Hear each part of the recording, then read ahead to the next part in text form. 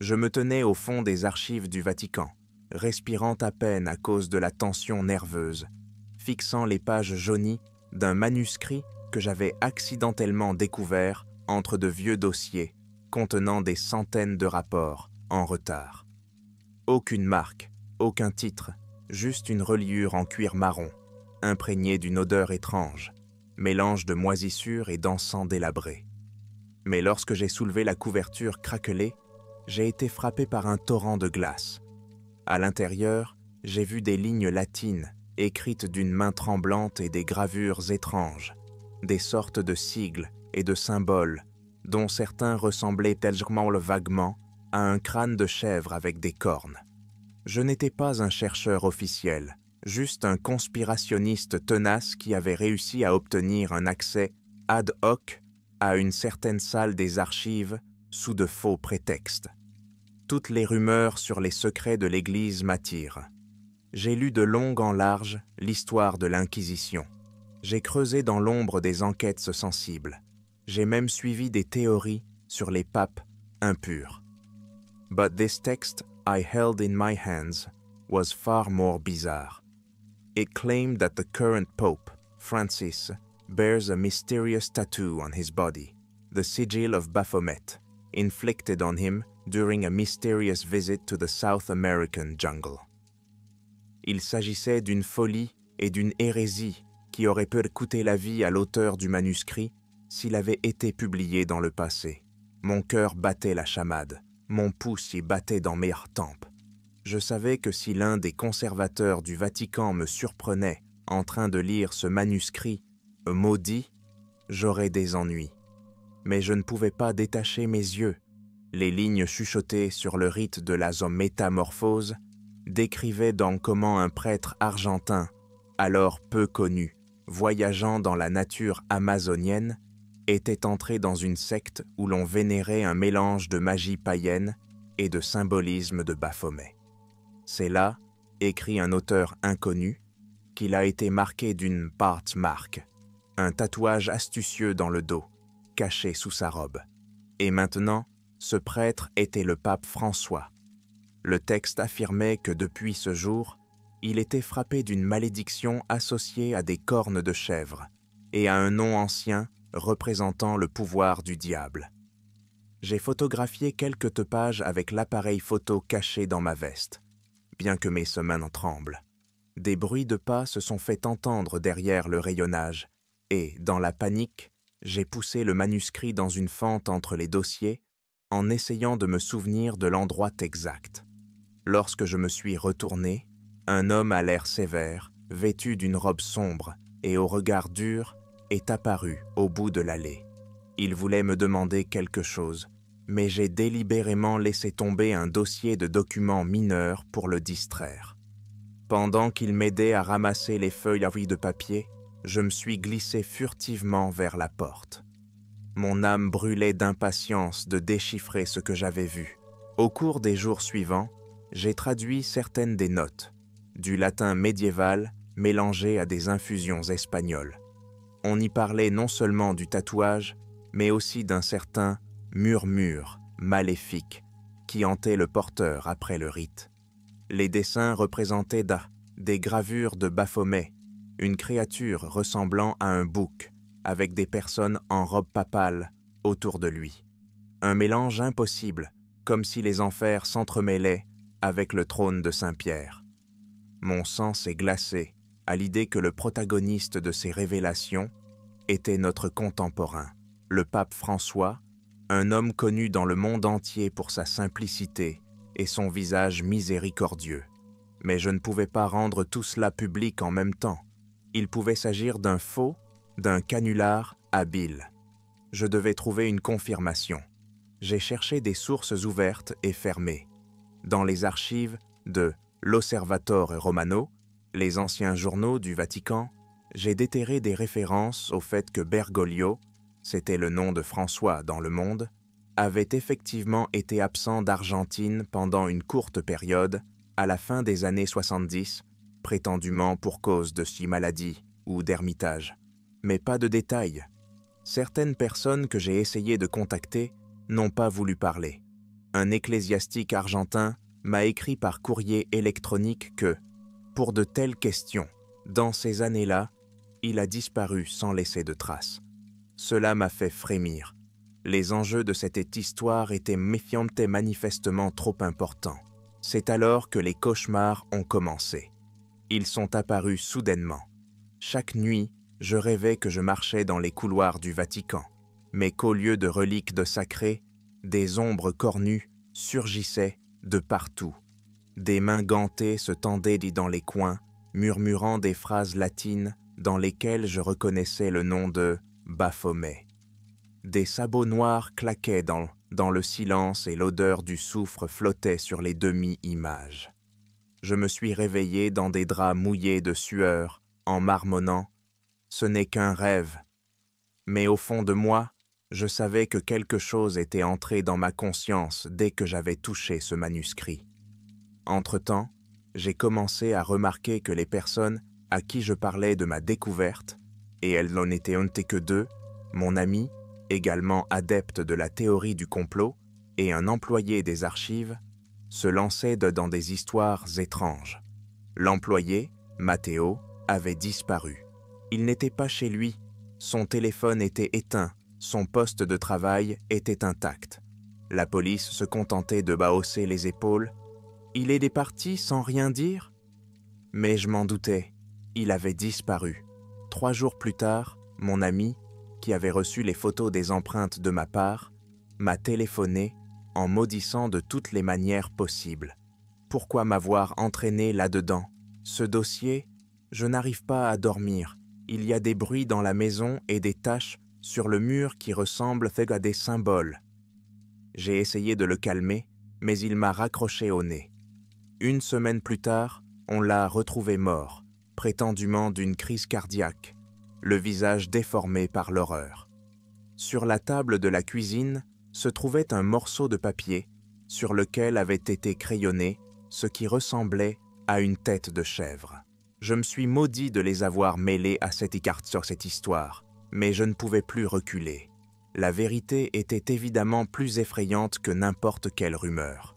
Il s'est avéré que le pape François, ayant appris par certains canaux, probablement par ses informateurs, que quelqu'un fouillait dans son passé, a soudainement annoncé un service fermé dans les donjons du Vatican, les catacombes. Officiellement, il s'agissait d'une retraite de prière pour renforcer la mission spirituelle. En réalité, à en juger par des rumeurs éparses, des cardinaux et des prêtres de confiance y ont été emmenés, et les touristes n'ont pas été autorisés à pénétrer dans les catacombes pendant un certain temps.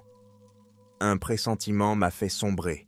Peut-être François avait-il décidé d'accomplir une sorte de rite pour sceller les traces, en éliminant une fois pour toutes le mélis du tatouage, ou alors pour renforcer son alliance avec des forces inconnues.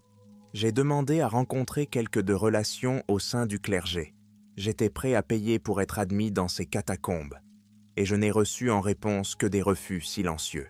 Un père a même refusé d'en parler, effrayé au plus haut point. Tard dans la nuit, alors que je marchais dans les rues étroites de Rome, un moine inconnu, vêtu d'une soutane en lambeaux, s'est approché de moi d'un bond. « Courez, le pape est au courant de votre enquête. Ils ouvriront la voie. Ils ne se plieront pas aux mesures. » Ses yeux brûlaient d'eau de folie. Il tremblait, répétait, la marque sur son dos bas. « C'est un lien avec l'esprit cornu.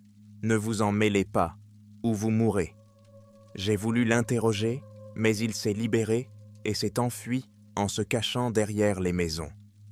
Ce n'est qu'1 jour plus tard que j'ai appris que le moine avait été retrouvé au matin dans une fontaine, la gorge tranchée.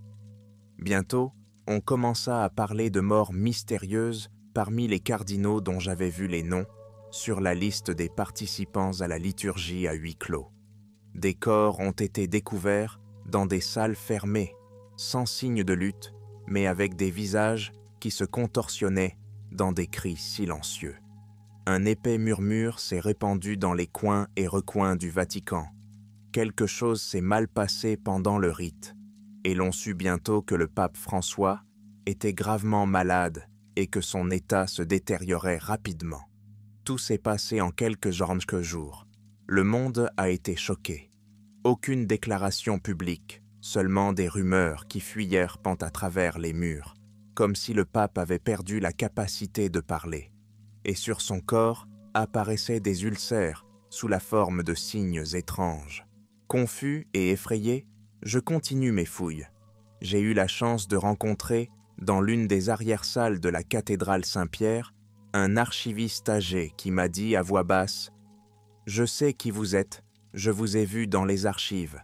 Si vous voulez la vérité, lisez les journaux de l'astronome de Acosta. Il a enregistré tous les signes célestes au-dessus du palais apostolique. Il y était question d'une éclipse inquiétante coïncidant avec la visite du pape d'Argentine. J'ai réussi à le convaincre de me montrer quelques manuscrits. Leur lecture m'a choqué. Ils décrivent que la nuit où François, alors cardinal Bergoglio, a tenu un service secret dans les catacombes, une lueur sanglante est apparue dans le ciel près de la lune. Puis un vent d'ouragan a arraché les croix de plusieurs églises. L'astronome y voit un mauvais présage et note « Quelque chose a été libéré, l'esprit d'une idole à cornes, et même le pape pourrait n'être qu'un réceptacle entre les mains de forces monstrueuses. » Entre-temps, le monde a été ébranlé par la nouvelle. Le pape François est mort subitement, des suites d'une défaillance cardiaque. C'est ce que dit la version officielle. L'Église pleurait cette perte soudaine. Les journaux publiaient des portraits commémoratifs, et les théoriciens du complot, comme s'ils étaient au courant, commençaient à proposer des théories encore plus folles. Je me suis rendu compte que mes informations sur le sigle de Baphomet n'étaient ni plus de simples spéculations. Ce sombre stigmate l'avait-il ruiné?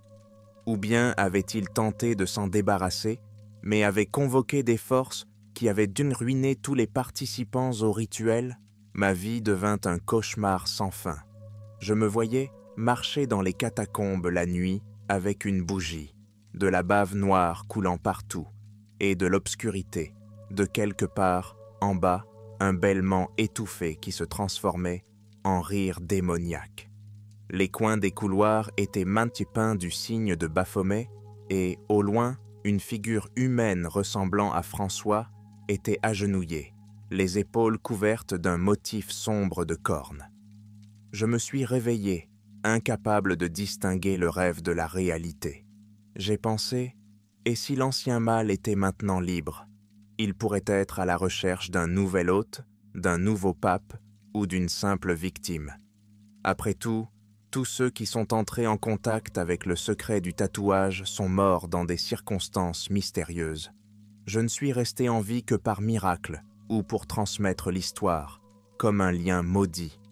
Je voulais fuir l'Italie, mais une voix intérieure m'a murmuré « Non, il faut aller jusqu'au bout, détruire la racine. » Les restes de ma volonté m'ont poussé à un acte désespéré.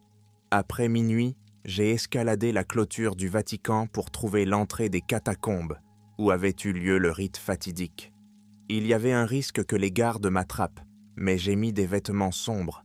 J'ai mis une petite torche et un couteau dans ma poche pour me défendre. Mon cœur battait la chamade lorsque j'ai ouvert la lourde porte en fer forgé de l'une des cours aveugles menant à la section souterraine. L'air chaud et moisi me brûlait le visage et un étroit couloir éclairé par de rares lampes descendait des marches abruptes. J'ai erré là en essayant de ne pas faire de bruit, en voyant des sépultures séculaires le long des murs. Parfois, j'entendais un bruissement, des souris ou des rats, mais quelque part dans les profondeurs du cloître se trouvait la pièce où François avait accompli le dernier rituel. Je m'oriente selon les rumeurs, 3 tours à gauche, après la colonne aux hiéroglyphes. Et en effet, je suis tombé sur une colonne inscrite de symboles latins et gothiques. Et après le virage suivant, j'ai remarqué une bifurcation. Une silhouette noire se glissa dans l'obscurité, et je faillis crier, mais elle disparut. Au bout du couloir se trouvait une grande salle, entourée d'arcs de pierre. avec une voûte à moitié effondrée. La lumière de la lune pénétrait par une fente quelque part en haut. Il y avait partout des traces de la récente agitation. Banques renversées, bouts de tissu rouge, tessons de chandeliers. Au centre, j'ai vu une énorme enseigne faite de pierres sombres. Une étoile inversée à 5 branches avec une tête de chèvre. C'est là, apparemment, que se déroulait le rituel. Le silence était mortel, mais je crus entendre un léger souffle ou un gémissement qui me fit dresser les cheveux sur la tête. Le sol portait les traces d'une sorte de cercle avec une traînée sanglante, flétrie et noircie. Peut-être était-ce là que s'étaient bénis rassemblés ceux qui avaient voulu purifier papa du tatouage pour que quelque chose d'autre se produise. Je m'approchai de l'autel de pierre. Sur celui-ci reposait un fragment de tissu portant les armoirides du pape, mais il était déchiré, et plusieurs parchemins portant des symboles indistincts traînaient sur le sol. L'un des parchemins s'était réduit en poussière lorsque je l'ai touché, laissant des taches d'un rouge sale sur ma paume. C'est alors qu'un lourd murmure s'éleva du fond du couloir, comme imprégné de la corrosion des siècles. Je me suis figé. Le murmure se rapprochait. Les mots étaient inintelligibles, mais je l'entendis à nouveau. Baphomet, métamorphose. Une silhouette vêtue d'une robe en lambeaux est apparue dans le faisceau de la lanterne. Était-ce l'un des cardinaux? Son visage était devenu blanc, ses yeux étaient montant foncés, et des faisceaux de veines sombres saillaient sur son cou. Il fit un pas convulsif et me tendit la main. « Sauvé !» Mais avant qu'il ait pu terminer, il tomba à genoux et un gémissement s'échappa de ses lèvres. J'ai sursauté, terrorisé, mais il n'y avait personne pour m'aider. Son corps a tremblé et s'est contracté, puis sa tête a basculé en arrière. Ses yeux morts fixaient le vide. Au même instant, quelque chose derrière moi a tiré sur ma cape et je me suis retourné, empoignant le couteau. Il n'y avait personne, mais une ombre noire se faufilait sur le sol de pierre, prenant la forme de cornes nues. Ma main tremblait, mon cœur battait quelque part dans ma gorge, mais j'ai osé pointer la lumière directement sur elle. L'ombre a vacillé et s'est glissée sous l'autel, disparaissant dans une fissure. J'ai reculé, retenant difficilement un cri.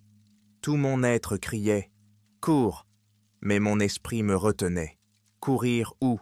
L'horreur est déjà là, elle peut me suivre aussi longtemps que je vivrai. J'ai murmuré une prière, bien que je ne sois pas croyant. Comme si je renonçais à ce pouvoir diabolique, je me suis précipité vers la sortie. Le couloir semblait s'étendre à l'infini, les lumières clignotaient, les étincelles jaillissaient. Une fois, j'ai aperçu sur le mur la peinture d'une marque cornue. Suintant un sang noir, du moins je le croyais. L'air était rempli d'un rire sinistre qui résonnait de l'avant à l'arrière. J'ai crié, puis un coup violent sur la tempe m'a fait tomber à terre. J'ai perdu connaissance un instant. Lorsque j'ai ouvert les yeux, j'étais allongé au pied de l'escalier. L'obscurité s'était dissipée. La faible lumière des lampadaires vacillait, éclairant à peine la porte entr'ouverte. J'ai dû être projeté par une sorte d'onde de choc, où je suis arrivé ici à moitié conscient. Et il n'y avait personne, juste des toiles d'araignée accrochées aux voûtes. En sortant, je me suis rendu compte que le corps du pape n'était plus de ce monde. Il était mort, mais le mal associé à sa marque continuait à errer dans les couloirs, emportant les âmes des curieux. Peut-être le pape voulait-il détruire la malédiction, mais le rituel a réveillé une ancienne entité qui ne pouvait être invoquée. Peut-être l'esprit de Baphomet était-il désormais entièrement libéré, et ses victimes étaient qu'elles de tous ceux qui avaient découvert le secret. J'ai compris que j'étais condamné, car j'en savais trop. J'ai essayé de poster sur un forum occidental des photos de la page du manuscrit et une brève paraphrase, mais quelques heures plus tard, le fil de discussion a été supprimé et mon compte bloqué. Une lettre non signée est arrivée par la poste. Nous vous voyons. Taisez-vous où vous serez le prochain. Je n'avais aucun doute sur le fait que j'étais suivi. Et peut-être qu'il n'y a pas que des gens des services du Vatican, mais aussi des forces qui jouent au-delà de la réalité. La nuit, je fais à nouveau des cauchemars. Le pape François est vêtu de sa soutane blanche, mais un motif de tatouage court le long de son dos. Des cornes et des pentagrammes mélangés à des citations latines. Il se retourne avec un sourire sinistre, et ses yeux ne sont pas humains, mais ressemblent à ceux d'une chèvre, avec des pupilles verticales. Soudain, il retire sa peau, et, sous la carapace humaine, il y a une ombre gigantesque avec des cornes interminables. Elle murmure mon nom et rit. Je me réveille dans une terreur poisseuse, et je cours pour allumer la lumière, mais je ne trouve pas l'interrupteur. Tout est rempli de la sensation perçante que quelqu'un est entré dans ma chambre, et se tient maintenant près de mon lit. Les personnes à qui j'essaie de faire passer le message refusent ou disparaissent les unes après les autres. Certains étrangers se présentent devant ma maison, s'assoient dans ma voiture pendant des heures sans bouger. Je ne sors pratiquement jamais. Un jour, je trouve une tête de chèvre miniature dessinée à la craie sur ma porte. Je l'essuie, mais le lendemain matin, elle est de nouveau là, mais rouge sang. Je ne vois personne qui aurait pu faire ça. En essayant de ne pas perdre la tête, je rassemble les restes de documents, les captures d'écran, les traductions de fragments. Je veux fuir vers un autre pays, me réfugier avant que la malédiction ne me rattrape. Mais partout, le sentiment est qu'il est trop tard. Les échos de Baphomet ne planent pas seulement dans les cachots du Vatican, mais dans tout le pays, car la clé de leur portail a été découverte par les ministres de l'Église eux-mêmes. Le pape, détenteur du tatouage, pouvait contenir quelque chose, mais maintenant, avec sa mort, le sceau a été brisé. La fin est abrupte. Mon cœur se serre lorsque, dans mon appartement, au milieu de la nuit, la vitre de la fenêtre se brise. Je rentre dans la pièce. Il y a des éclats sur le sol et un tissu noir danse dans les rafales de vent. Mais il y a du mouvement derrière le rideau. J'allume la torche et j'aperçois fugitivement une silhouette cornue qui se déplace sur ses membres postérieurs en inclinant la tête. Il y a du feu dans ses yeux. La lumière s'éteint brusquement, la torche me tombe des mains. Un sifflement animal retentit, comme un millier de serpents. Je cherche la porte à tâtons, haletant en sentant les griffes sur mon épaule. Je crois entendre une voix derrière moi qui dit « Non, potes et fugères, vous ne vous échapperez pas. » Les griffes s'enfoncent plus profondément, et je hurle. Par miracle, dans l'obscurité, je saute dans le couloir, je sors de l'appartement, et j'arrive dans la cage d'escalier. Elle est vide et silencieuse. Seule une ampoule s'allume, crépitant pitoyablement. Aucune trace de lui. Mais la manche de ma chemise est déchirée et des traces cramoisies apparaissent sur mon épaule. Je réalise qu'il s'agit d'une réalité et non d'une hallucination. Les portes des voisins sont fermées. Personne ne répond. Je sors en courant dans la cour. La nuit, les lampadaires, quelques voitures garées. Pas une âme. Lorsque j'essaie d'allumer mon téléphone, il n'affiche qu'un écran ondulant. Ma voiture ne démarre pas. Terrifié, j'erre dans la rue, sans savoir où aller. J'ai l'impression que mon chemin est fermé.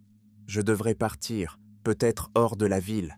Mais à l'intérieur, je me rends compte que la malédiction est trop forte. L'entité réveillée dans les catacombes ne s'arrêtera pas tant qu'elle n'aura pas détruit tous les témoins, tant que son mal ne se sera pas répandu. Le monde pourrait se réveiller un jour dans un cauchemar où des ombres cornues se cachent sous les traits de saint.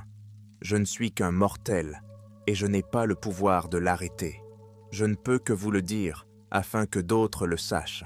Mais avec la disparition des chroniques elles-mêmes et la mort des personnes en qui j'avais confiance, je me suis assise à l'arrêt de bus, tremblante sous la pluie du matin, et j'ai griffonné mon dernier texte, ma confession abrégée, avec un stylo au dos du ticket. J'étais bien conscient que personne ne le publierait officiellement. Je passerais pour un fou. Et si quelqu'un y croyait, il serait maudit. Mais tes doigts étaient vomito glacés, et les griffures sur mon dos saignèrent, comme une marque laissée par une créature à cornes. Mais j'écris pour qu'il reste quelque chose. Au loin, une cloche sonna, annonçant la messe matinale. Les genêts affluaient dans l'église, ignorant qu'elle avait été dirigée par un homme dont la peau était ornée du sceau de Baphomet, qui ouvrait la voie aux ténèbres. Je fermai les yeux, entendant la pluie bruisser derrière moi. Il n'y avait plus d'espoir pour moi. Je sentais que quelque chose me suivait, poussé par l'odeur de la peur et la connaissance de la vérité. Quelque part, on annonçait un conclave qui allait bientôt choisir un nouveau pape. Je frémis, quel que soit ce successeur, l'héritage du tatouage maudit pouvait continuer. J'imaginais qu'un jour, les portes du Vatican s'ouvriraient, libérant l'ombre de Baphomet sur le trône mondial. Paranoïa ou réalisme, je n'en sais rien, mais il ne faisait plus aucun doute dans mon âme que le mal avait pénétré profondément dans le cœur même du Saint-Siège. Et il n'y a pas de François pour retenir quoi que ce soit, qu'il soit mort ou vivant. Vous ne me croirez peut-être pas, vous me trouverez peut-être fou. Mais je vous demande une chose. Si vous entendez des chuchotements la nuit, si vous voyez le dessin d'une tête de bouc sur un mur, si vous trouvez un bout de parchemin avec les mots « Baphomet » et des signes incompréhensibles, courez ou brûlez-le. Quelque chose veut sortir à la lumière et la porte est déjà entr'ouverte. Je ne suis pas sûr que nous puissions la fermer. Il est trop tard. Je me lève à l'aube, je jette la feuille froissée dans la poubelle comme si j'espérais détruire ce que j'ai écrit. Mais il fait froid à l'intérieur. Je me retourne. Au bout de la ruelle vide, j'aperçois une silhouette, sans doute un homme avec un chapeau. Mais il semble avoir 2 cornes recourbées au-dessus de sa tête. Je cligne des yeux et il n'y a personne. Le silence, seule une ombre s'allonge sur le macadam mouillé. Le cœur battant, je fais un pas vers la rue. Un faible bêlement retentit de quelque part, se transformant en un gloussement effrayant. Peut-être n'est-ce qu'un écho.